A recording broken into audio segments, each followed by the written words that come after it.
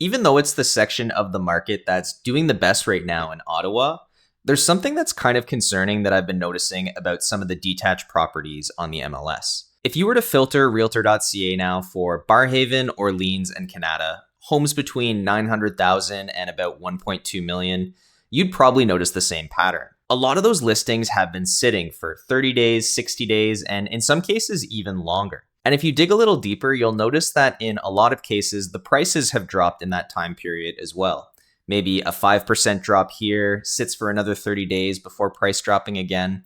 And here's the part that should matter to you if you're somebody who's considering moving up into one of these homes. Right now, a lot of these sellers are not panicking, and in a lot of cases, they don't have to move. They can afford to wait, and a lot of the times you as the move-up buyer don't have the same luxury. This is something I've been seeing play out across the Ottawa market for about a year now. It's the same sort of pattern that's repeating. A detached home comes to market priced where it should have been maybe a few years ago. It sits for a month, the price comes down, and then it sits again. And it eventually either sells for something meaningfully below what they asked for, these are the motivated people, or it comes off the market altogether. And if it comes off the market altogether, it's often because the seller wasn't super motivated to sell in the first place. They were just sort of testing the market. Now, here's what's going on structurally. And I want to be clear here. I'm not trying to be critical of anybody on either side of the transaction. Everybody is doing the thing that kind of makes the most sense for them and their situation. A huge portion of Ottawa's older homeowners built their entire retirement plan around the equity in their home. And this makes sense for them. They watched values climb for decades. If they bought a home in Barrhaven around 1995 for about $200,000, it's likely going to be assessed somewhere between $850,000 and $1.1 million now. That equity is, for a lot of people, the entire retirement plan. So when it comes time to sell, there's a number that they need, or at least a number that they feel like they deserve. Unfortunately, that number a lot of the time is based on a reality that existed a few years ago in the hottest real estate market we've ever seen. And the problem that exists for these sellers is that buyer at that price doesn't exist anymore. So here's what's actually really frustrating if you're one of the move-up buyers. The sellers in that $900,000 to $1.1 million range, many of them are not under any sort of pressure. They can stay another 6 months, another year if they need to. The patience is completely rational from their perspective.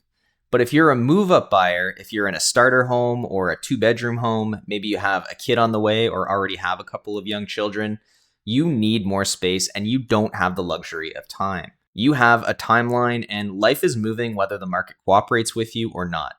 And here's where this conflict gets a little bit uncomfortable. Every month that you're waiting for the right detached home to come to the market at the right price, you're still carrying your current place, your mortgage, your property tax, all the maintenance that comes along with it.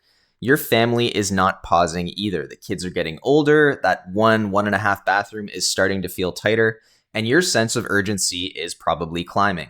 On the seller side, the math is completely different. If you've owned your home for 25 years or more, or you're nearly retired, there's a good chance your mortgage is extremely low or non-existent, like you may be free and clear on the property. You're comfortable, you can hold off if you need to. So what you end up with is a market where there's buyers that have real urgency and sellers that have real reasons for patience. And that never resolves quickly. The bottom line is that the gap between what an older seller expects and what a move-up buyer can actually qualify for is real right now. And in some parts of Ottawa, it's extremely significant. So if you're one of these move-up buyers, what this actually means for you depends a lot on your timeline and current level of urgency. If you're actively trying to move up in the next 12 months, the honest picture is there's more negotiating room in the Ottawa detached market than it appears a lot of the time. Definitely more than there was a few years ago. While there are a lot of sellers who have been sitting for a while, some of them are actually motivated and are in the process of dropping their price and coming to terms with the reality that they're not going to get the price they would have gotten a few years ago. These people are out there, but it's not evenly distributed across every listing. It exists where sellers have genuine reason to move, whether it's for mobility, being closer to grandkids, whatever the case may be. These are the people who eventually will get to a place where they're willing to accept a number that's lower than their expectations. The hard part for you as the one looking to buy this sort of place is that it's not always easy to tell from the outside which one of these sellers you are dealing with. A listing that's been sitting for 60 days might be a motivated seller who is finally getting realistic, or it might be someone who will just pull the listing before they go another dollar lower. The property looks the same either way. Now, if you've got more runway, another 2 or 3 years before you genuinely need to make a move, there's a decent chance this dynamic is going to shift somewhat. We've already seen that over the last couple of years. A lot of sellers are becoming more realistic. As more people reach the point where they actually need to downsize rather than just wanting to test the market and see if they can get their price, you'll see that more supply is going to start moving.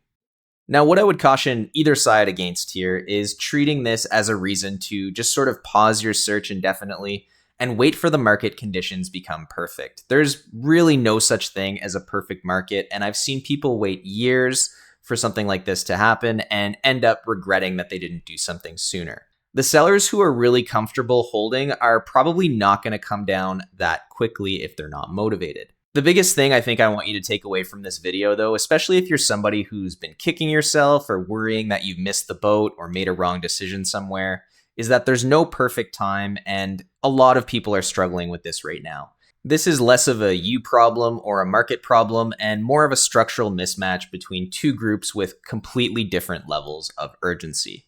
And it should get better as time goes on. If you're somebody who really is motivated and needs to make this sort of move right now for more space, definitely don't stop your search. There are truly motivated sellers out there.